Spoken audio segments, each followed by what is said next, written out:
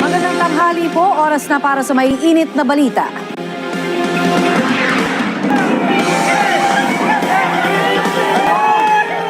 Labi ni Rene Baterbonia na nakaburol na sa kanyang hometown sa Talacogon, Agusan del Sur, may public viewing ngayong hapon. Kanyang mga taga-suporta, ipinaramdam ang kanilang pagmamahal sa kanilang Mr. MVP. Kasunod ng pagkamatay ni Baterbonia at ka-teammate niyang si Divine Adili, Ateneo Head Coach Tab Baldwin nag-resign, ipinasupina na rin ng NBI.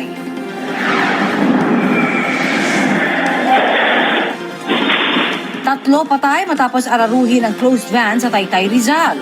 Driver, nakatulog daw.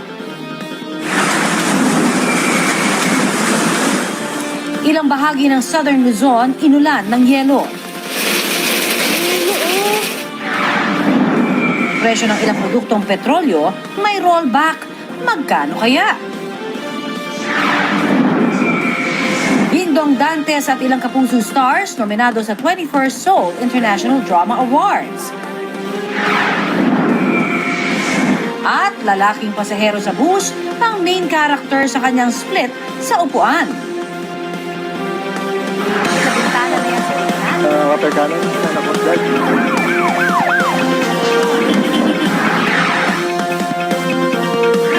Pusog ka sa balita. Dito sa Balita Now.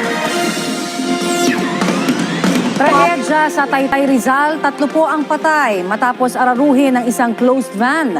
Arestado ang driver na nakaidlip daw habang nagmamaneho.